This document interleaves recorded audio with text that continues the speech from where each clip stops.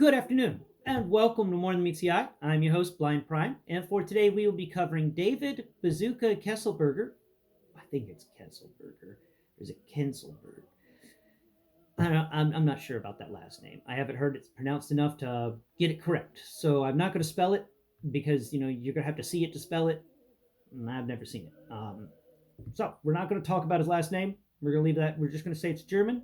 He's David Bazooka, German name. Now, David Bazooka, German name here is well, he's a guy from Germany, and he is in the Tiger Force. He's also a GI Joe operative, who is I believe, a corporal, and he is or it's private first class, but he is a heavy weapons operator. Uh, drove the knows how to operate an M1 Grand, or not M1 Grand, M1 Abrams. Why in the world would they go M1 Grand and then name something else the M1 Abrams? Like, what's up with the Army? Don't they understand? Historians have got to get all this stuff straight. There's a lot of big difference between an M1 Grand and an M1 Abrams. I tell you that right now. There's a lot different between those two weapons. Though I'd like to see an M1 Grand and a GI Joe coming up. I think that'd be cool. Anyway, so David here didn't like the whole tank life, and he got his he went and got to school on the heavy weapons department and became a heavy weapons engineer for things like bazookas and howitzers and whatnot, an artillery specialist, if you will.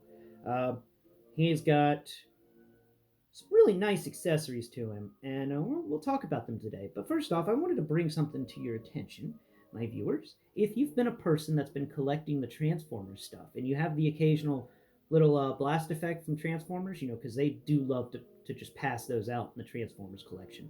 You got one of these blast effects. You can take it and use sticky tack around the inside of it, because it's not the part that plugged into the siege port for the Transformers that you're looking at. It's the part on the other side of it that's actually the right amount, just about the right size to just plug into the back here. Now you'll have to use sticky tack to hold it into place, but I think that big fiery exhaust plume works very well for Bazooka, and I wanted to bring that to your attention, my viewers. Now, one more time, make sure my hand's not in the way because some people complain about that. I do have to hold it in place because I don't have any glue or tape or sticky tack on it, but there you go.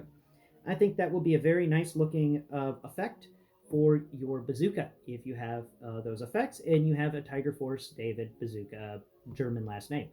Now, let's get into his accessories and then we'll talk about other things. So, accessory wise, he comes with 4 of these little rockets. I just plucked it out the end of the bazooka. They're not that big. They're about let's see, are they about the length of your forearm, Mr. Bazooka? I think they are. Yeah, yeah, they're just a little longer than his forearm, but if you moved it from the elbow joint, the tip of the rocket would go to the tips of his fingers. That's a decent sized rocket, I tell you that. Now, the rocket has a big bulbous end, and it's got the little fins on the other end, and in the middle, it's really thin. And because it's really thin in the middle, that will allow you to do some fun action poses of bazooka loading the bazooka. Okay, so I'm going to put that rocket in the back here and make sure it's stashed away. We'll talk about the backpack real quick before getting into the bazooka itself. Now that I removed the backpack, he's a little front heavy. I got to adjust his core. There you go. This backpack contains 4 of these rockets. They have their little rocket homes, and you can just kind of lock them into place in there. They don't lock into place too well, but they're decent. They're decent at it. And I believe that you're supposed to put them bulbous, point down, fins up, because it doesn't really work the other way. And then I thought about it and like, well, now you're going to have all these triggering mechanisms for the rockets pointed towards the sky, and it's just one acorn away from a bad day. So let's just put them down into the the little packaging for them to make sure that if something happens to this backpack, it's not going to explode. So I think that's a good little. That's cool. I think that's really awesome. And it's the backpack's got 2 little clips underneath it, so you can thread the bazooka's holster thing underneath it. And yeah, the backpack isn't that special. It doesn't have any little bars on either side to hang some weapons off of. Sadly, it's just a place to store the bazooka and those 4 little rockets. Now, let's talk about the bazooka. Let's get it off his hands. All right, come on, give me your bazooka. There you go. A lot better last time. Last time he fought me for this bazooka. Really, really, man. All right. So here's the bazooka. Now the bazooka's got some fun effects, and we're going to use them. Use two of these rockets to showcase them because you're going to need two of the four rockets in order to both do this and undo this. Now, you can pose him actually very well of loading the bazooka by the back of the bazooka moves away, and there's a little bit you can. It actually rotates away, so you can rotate it around, or you can just pick it up off the end and move it yourself. And then you can have him with, even with his hands, you can have him loading the bazooka. And then your question is, you know, will it fall out the bottom? No, it won't. They've tapered the middle of the bazooka so that if you've loaded one of these little missiles in the back, you can even pound it down just a bit, and then you can shut this. And now the missile's loaded in the back, and I assume you'll be able to see the missile in there. But how do you get that missile out, you ask? Well, this is where it's really cool. Because of the tapering in the middle, the missile's never going to go all the way through. So the only way to get it back is to get another missile, which this is just long enough to accomplish this, because now you take the other missile and you put it in the front, and then you poke the missile that you put in the back out, and you can pull it out very easily. It's just like that. It's a very easy thing to accomplish, and that way you don't have to bring out any sticks or anything. It comes with all the things you need to replace those. So let's put these little missiles back in their little home so that I don't lose them, because I tell you, I can lose things very quickly if I'm not careful. Oh, pop that out of its socket. Okay, so there it is. Right, there you go. Back in your home. Okay. The bazooka is really nice. It stretches from from the ground all the way to just at his belt level. It's got that removable piece in the back. It's got this really cool strap. I wish the strap was some sort of faux leather or just cloth strap in general. I don't like straps that are molded plastic. They do kind of get in the way sometimes, but this one is made with more of a moldable rubber, so you're not worried about breaking it when you're shoving it out of the way so that your bazooka can actually hold on to things. The strap does allow for storage of the bazooka in the you just slip it into these little graspers underneath the bag, his backpack. And there you go.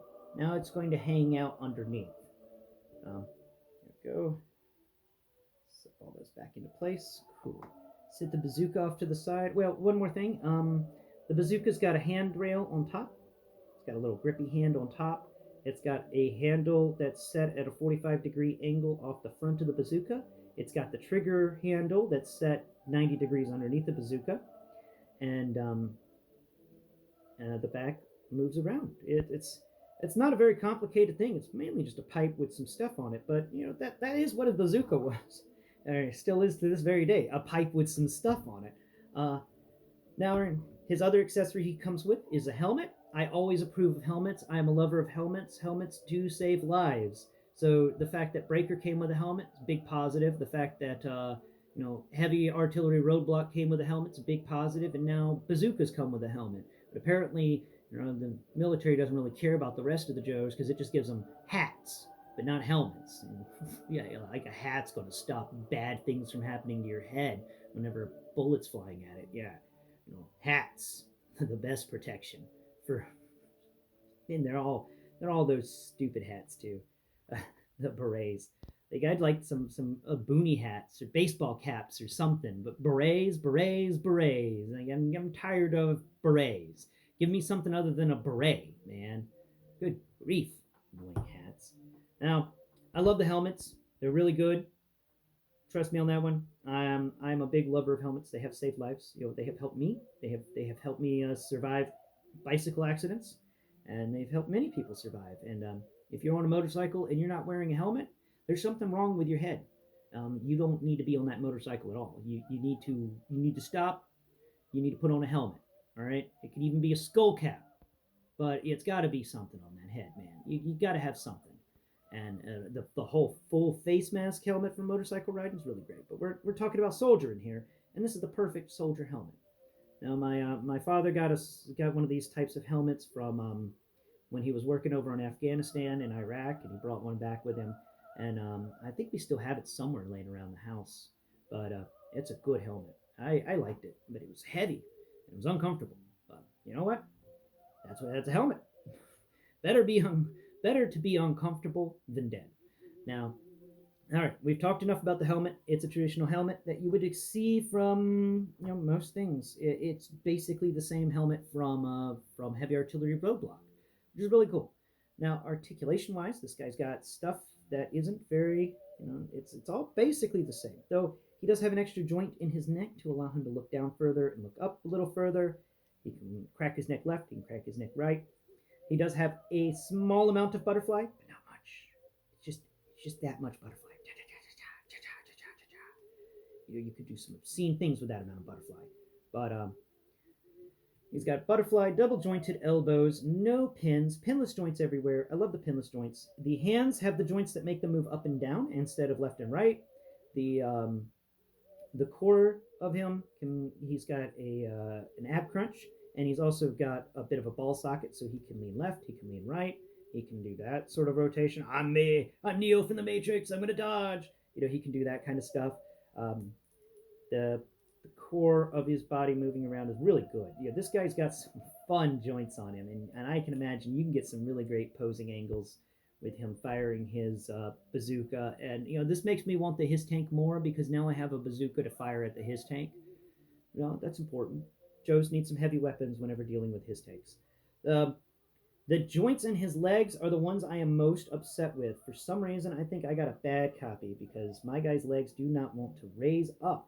Like the drop down hinges go in just fine, but getting this guy's leg to actually go up has been a chore. Like, I'm getting it now, but it's required me actually working on these legs a lot, and then and getting them to do the thing, and still making sure I don't accidentally break something, because it feels like something may break in there.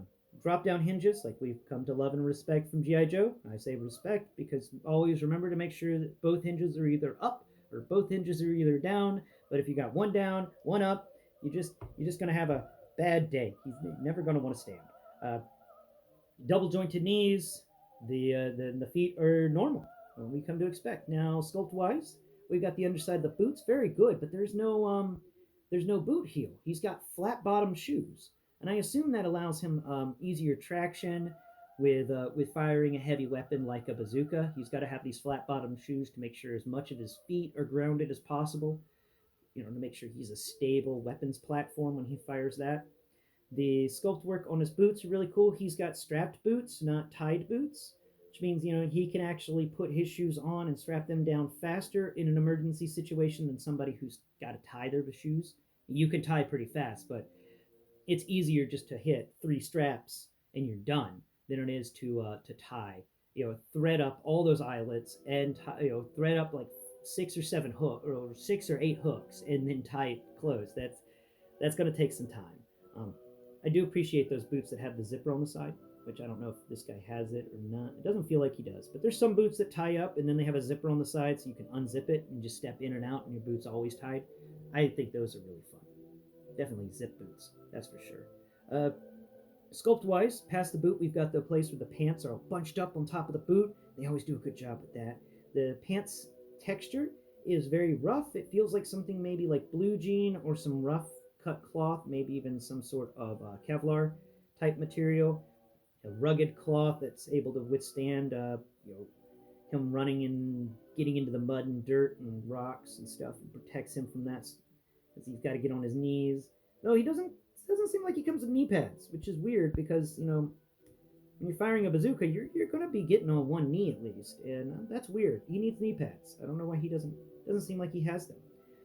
Now we're going to come over here to what I see as a QC problem, which I think is more on the lines of what's happening with the feet. There's this piece of plastic that seems to have wrinkled, and I think it's all right as a feature kind of thing, but it also leads to me wondering if that's why his legs are the way they are.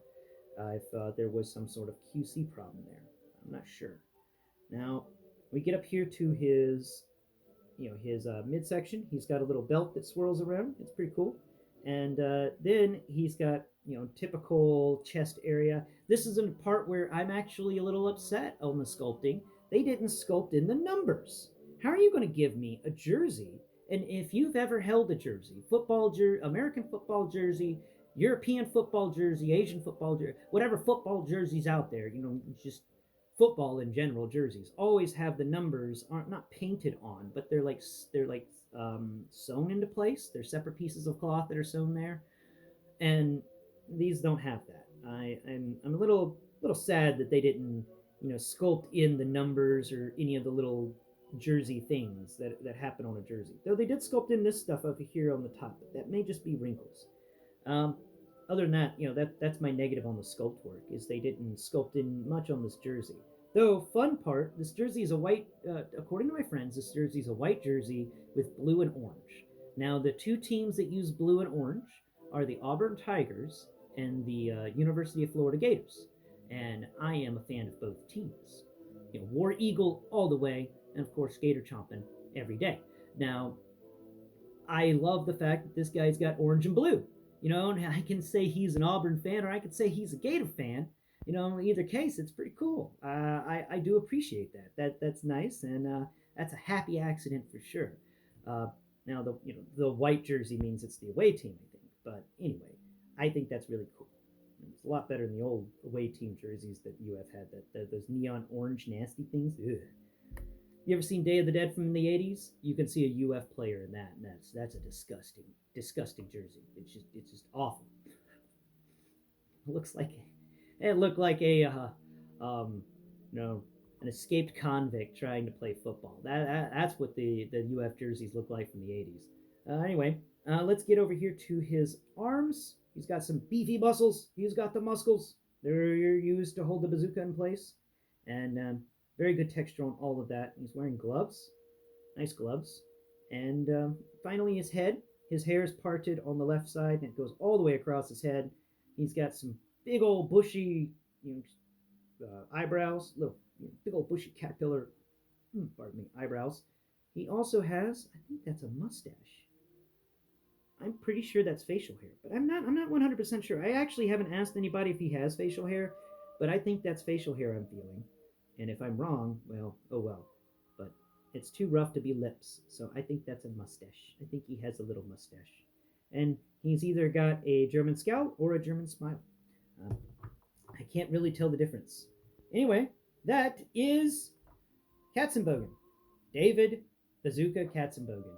I hope you've appreciated today's episode, and please, if you have any comments on Bazooka, the GI Joe classified line in general, thoughts and feelings on it, leave them in below. I'd love to hear from you. Any questions to me, leave them in comments below. I'll answer them as best as I can. But I guess I'll catch you tomorrow. We'll discuss Transformers Breakdown from the Legacy Evolution line. And then, once we're done discussing a breakdown, we'll discuss Menosaur. So, giant robot time. Thanks for watching. Please tune in next time where the fun will begin.